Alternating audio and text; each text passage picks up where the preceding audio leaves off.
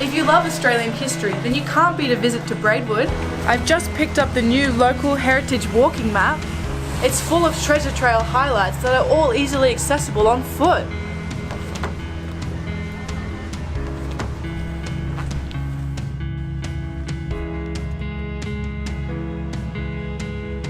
Oh, there's the old Criterion Hotel.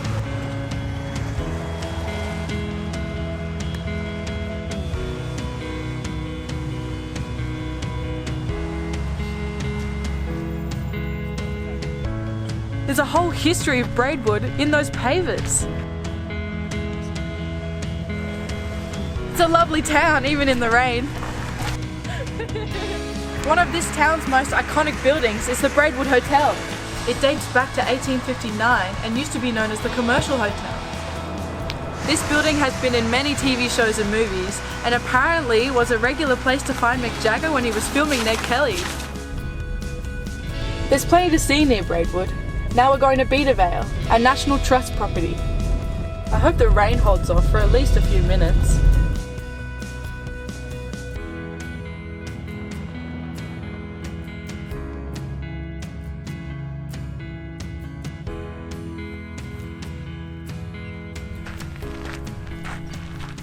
Hello! Hi Julia! Hi, Julia. So do you want to tell me a little bit about Bedervale? 1826, Coghill got the land grant here and then started building the house in 1836, finished it in 1840.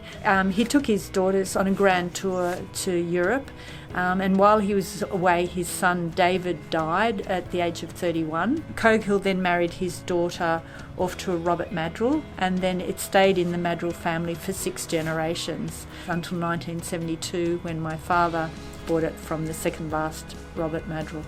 It was built to impress, and it generally does that. So. Is it a working property? Yeah, we still run the property here. Originally the property I think was 36,000 acres. We've got about 1,200 now. Yep. And run cattle, and I think we've got 15 sheep at the moment. Yeah, we destocked sheep a bit due to the drought, but we still run about nearly 300 cows here. Do you welcome visitors and maybe have guests? We're open for appointments. So we take tours through the house. The tour takes about an hour and a half, so leave plenty of time. And people like to have a look through the garden as well. We've also got a B&B here, and we've got some tiny houses that people like to come and stay in. Everything we do with a house, it helps us to be able to do any work on the house. What do you love about living here? If you have a look at the paddocks at the moment, they're all green, the cattle are fat, there's plenty of space. You can make a lot of noise and nobody can hear you. We live in the house, it's our house, and it has a National Trust collection in it. And if we didn't use the house as a house, then everything starts to fall apart. We've got 6 generations of furniture sitting in this house. This is what we call the withdrawing room. The ladies used to withdraw to the withdrawing room and the gentlemen would retire to the smoking room. On the wall of every room, you've got one of these little buttons here, and you press that button and you instantly get wood on the fire or a clean shirt.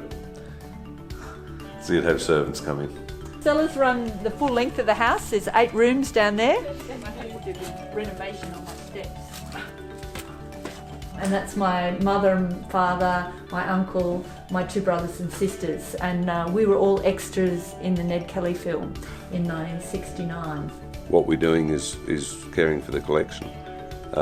And that's important historically. Well, for me, it gives me a reason to clean and to, maintain the garden and have it all looking pristine. And if people didn't see it, what's the point of doing it?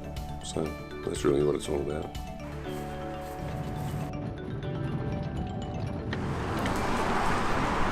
Hi John. Oh, hi Julia. Would you like to tell me a bit about the museum? Look, our museum is in a beautiful old building, one of Braidwood's earliest buildings, and it's still very much as it was in those days. It's been a 50-year project of restoring the building by the Historical Society, and a wonderful place to house our really significant collection. Come inside and I'll show you around. Come through here, Julia. I've got something really special to show you.